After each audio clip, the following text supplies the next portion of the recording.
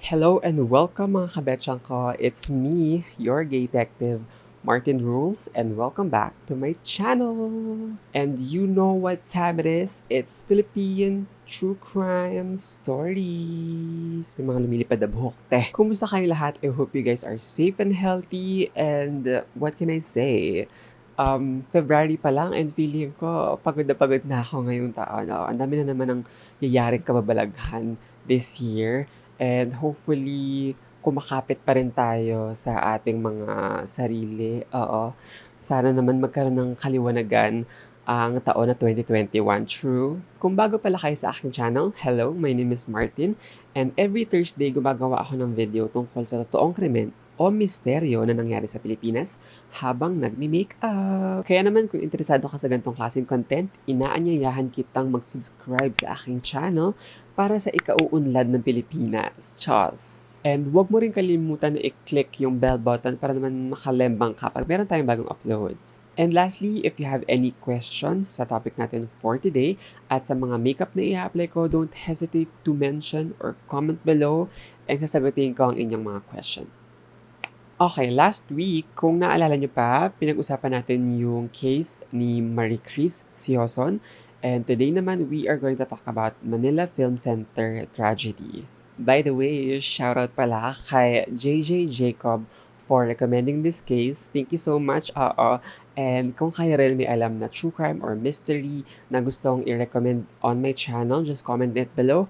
At pag-uusapan natin yan next episode. Oo, kasi marami akong naka-ready and kailangan kong i-research. So, pupunta yan sa bottom ng ating list. Ngayon pa lang mapapasalamat na ako sa mga mag-recommend dyan. And thank you ulit kay JJ. Now, let's STFU and proceed to the story. Babala. Ang mga susunod na imahe, istorya, at description ay maaari makapagdulot ng takot. Huwag magpatuloy kung kinakailangan. So the story began noong November 17, 1981 when a disaster struck the building of MFC or Manila Film Center. And ayon sa reports, humigit kumulang yung tinatayang namatay ay 168 katao dun sa nangyaring insidente. Lahat ng ito ay dahil sa ambisyon ni former First Lady Imelda Marcos na maging katumbas or maging kakumpetensya ng Pilipinas angkan sa larangan ng pagdiriwang ng mga pelikula. And imbes na unahin yung bagsak na ekonomiya ng Pilipinas, mas inuna nila itong project na ito na dapat yung budget ay para sa new wing na gagawin sa may PGH. And since si Imelda is known to live a lavish lifestyle, pero alam naman natin lahat na hindi siya galing sa mayamang pamilya at unemployed siya at that time, as a first lady of a powerful dictator, she always gets what she wants. So, she was able to push the project with a budget of $25 million and yung mga contractors had less than 3 months to finish MFC. Katulad na lang nung hinost natin yung Miss Universe pageant noong 1974, it was designed by National Artist for Architecture, Leandro Locsin, and tinapos nila yung Folk Arts Theater ng 77 days. Mabilisan baka mo. Pero this time, itong MFC was designed by Froilan Hong and conceptualized by Ramon M. Ignacio, na former Senior Technology Officer at the Technical Resource Center. And yung inspiration ng MFC ay yung Parthenon sa may Athens dahil gusto ni Imelda na ito yung maging local version nung Parthenon nga sa Athens. Merong grand plan para sa theater na ito, pero it was redesigned and nag-house na lang siya ng 6 theater, 6 preview rooms, film archives, at saka mga offices. And sobrang tight talaga ng schedule kasi late November ng 1981 na sila nag-start ng construction and yung opening nung establishment ay January 1982. So less than 3 months talaga. And dahil dyan, nag-hire sila ng 4,000 plus na laborers na nagsasalit-salitan sa 3 shift every 24 hours. And para ma-imagine nyo, yung grand lobby ng building na yon ay kailangan ng 6 weeks para matapos Pero yung 1,000 plus workers, tinapos lang yon ng 72 hours. And sobrang ni-rush talaga and hindi ko ma-imagine kung gaano ka-overwork yung mga trabahador doon. And then eto na, noong November 17, 1981, 3 a.m. yun na madaling araw, when a scaffolding, aka temporary structure support ng mga construction workers na ginagamit nila para mag-lift ng mga kagamitan or pang-lift din sa kanilang sarili papunta sa next floor ay nag-collapse kaya yung mga trabahador at that time na nagtatrabaho sa site na yon na impaled dun sa mga steel bars, na buried at na-trap dun sa may quick drying cement. Nangyari daw ito dahil sa pagmamadalingan nila na matapos yung building and hindi na nila inintay na matuyo yung mga fresh cement na nilagay nila each floor,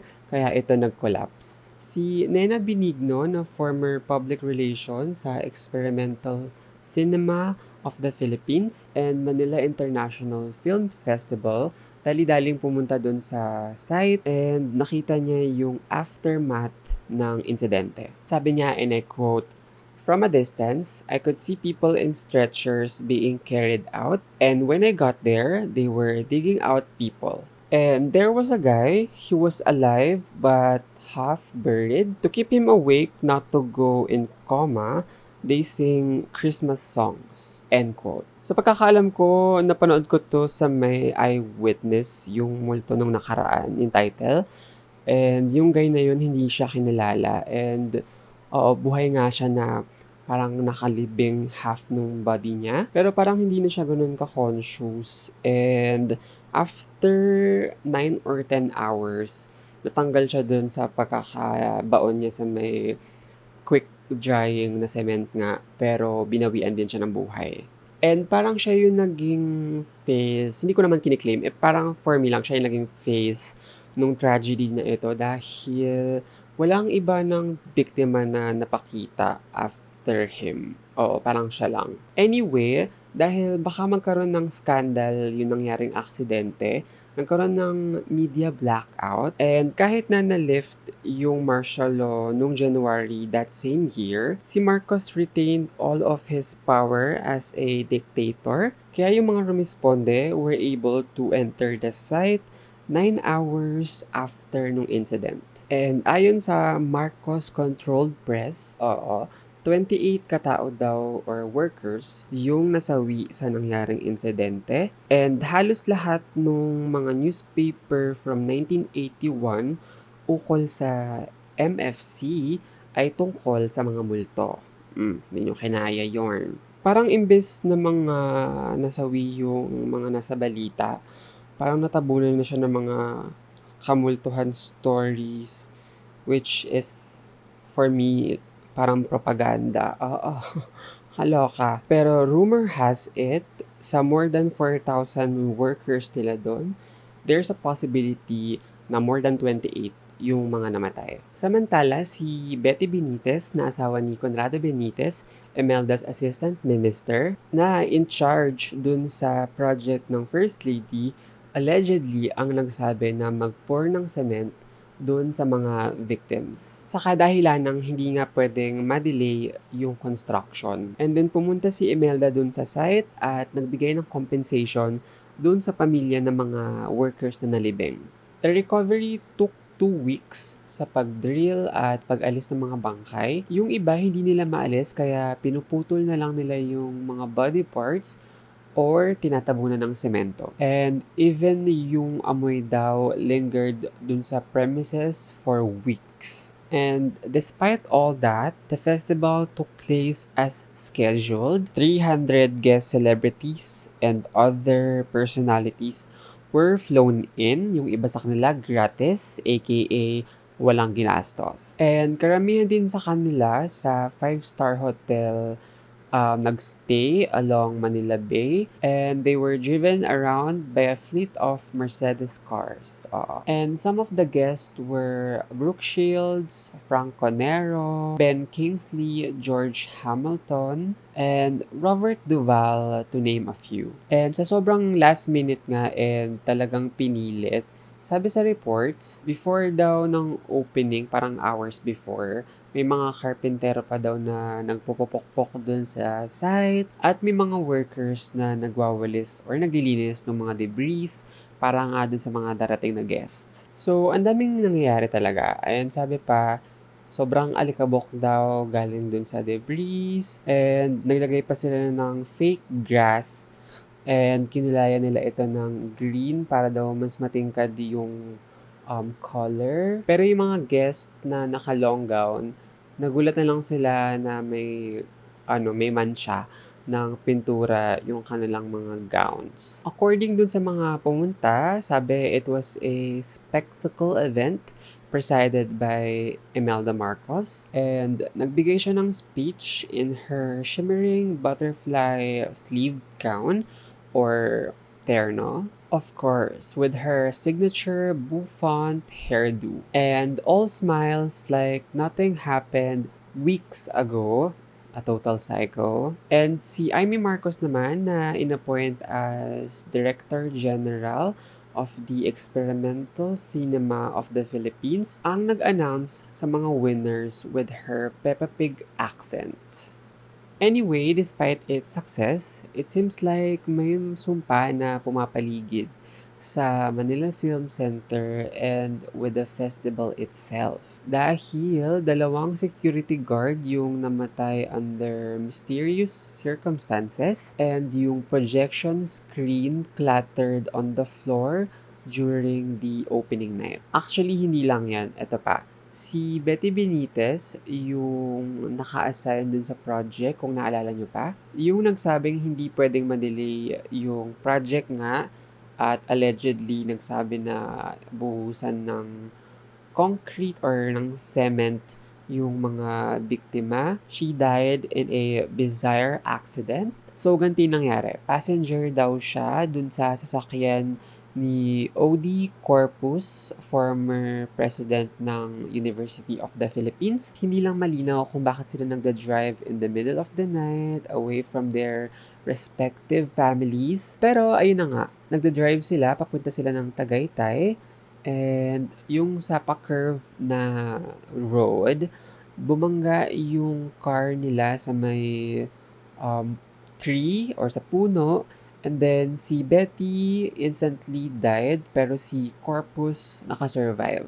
Okay, going back sa film center, dahil nga maraming nagastos sa pagpapatayo nito at sa 11 days run nung festival, nagkaroon ito ng financial setback. Yung $5 million subsidy na allotted for the festival ay disapproved pala nung Prime Minister at that time na si Cesar Virata. So, para makasurvive yung center, si Imelda created an agency na kalaunan tinawag na Movie and Television Review and Classification Board or MTRCB. And as stated sa Presidential Decree 1986, the board allowed films like soft porns na ipalabas sa center. The law also exempted all films from censorship, opening the doors for pornography. Dahil doon, maraming kalalakihan ang pumila dito sa center at naging lugar na rin ito para makapanood ng mga pelikulang may mature content like Virgin People. However, yung kinikita from those films were not enough para mabayaran yung mga utang. And then, noong 1990 or 1991, nagkaroon ng earthquake. And dahil doon, abandon na yung center. And later, it was declared unstable. And then, nung late 90s naman, may usap-usapan na may performer na pinatay dun sa film center. And nagmumulto daw ito kasama ng mga unang namatay na gumawa nung gusali. At pagkatapos, nung 2009 naman, na-expire yung lease ng The Amazing Show. And yung Senate, nagbabalak silang lumipat doon pero hindi natuloy. Noong 2012 naman, nag-renew ng contract yung Amazing Philippine Theater, pero dahil sa hindi maipaliwanag na pangyayari, nagkaroon ng 3 oras na sunog noong February 19, 2013. Naging foreign affairs building din ito, and sabi ng mga employees, they hear strange sounds daw kahit naman walang tao. Right now, it's being rented by some private tenants, pero somehow it's abandoned na. So that's it for today's video. Let me know your thoughts in the comments below. Ako, personally, sobrang pinalaki kami na yung mga Marcoses are the great and golden era ng Philippines nung time ng mga Marcos. Pero when you dig deep, malalaman mo talaga yung tunay na nangyari. Itong nangyari na to, isa sa mga patunay na sa ilalim ng diktadorya ni Marcos, maraming kagaguhan ang nangyari at hanggang ngayon, pinagbabayaran pa rin natin ito. And sobrang sayang nung pera na sana itinoon na lang sa agriculture, free healthcare, at education ng Pilipinas. And naalala ko pa, kung napanood nyo yung Kingmaker na documentary about Imelda and the Marcoses, ang sabi niya, it was her duty daw to be some kind of light and a star that gives guidelines. At saka yung, I have to quote her, sabi niya, I have to look beautiful so that the poor Filipinos will have a star to look at from their slums. End quote. It only shows, mga sesa, how narcissistic psychopath Imelda Marcos is. And to think, after nung pag-loot nila sa Pilipinas for 20 years, at pag-outs dun sa dictator, nakuha pa at may balls pa itong mga anak at relatives na tumakbo sa position. And yung isang nga senator, parang wala masyadong ginagawa natin. Kung iisipin mo, sobrang greedy, corrupt, and pasista ng mga ito to cling onto power. And for the record, I'm not singling out Marcoses. Kino-call out din natin yung Aquinos, Arroyo Estrada, Duterte, and yung mga presidents before them, at saka yung mga darating pa. Dahil one thing I learned is that we have to stop being so hung up sa mga colors like dilawan, pulahan, or whatsoever, and pag-worship sa mga politicians na ito. And kailangan natin matutunan tingnan kung maganda or hindi ba yung pamamalakad ng inelect natin without choosing their sides. Kaya decent is important to a democratic country. Kaya wag na wag kayo mahihiya or mag-hesitate na mag-speak out dun sa mga person or politicians na inelect nyo, lalo na kung tinitake away nila yung basic human rights. Andyan sila para gawin yung ipinangako nilang plataforma, magtrabaho para sa mga tao, dahil yung sinisweldo nila ay yung mga tax na binabawas o kinakaltas sa bawat sweldo natin. Hindi sila nandyan para idolohin o sambahin, kaya stop it. Oo, mga Pilipino, nagising na, 2021 na. Kaya register to vote, mga ate, yung link nasa description box below. Makiisa, makialam, at siyasating mabuti yung inyong mga iboboto this 2022. Dahil ang mga pasista ay walang lugar sa demokratikong bansa.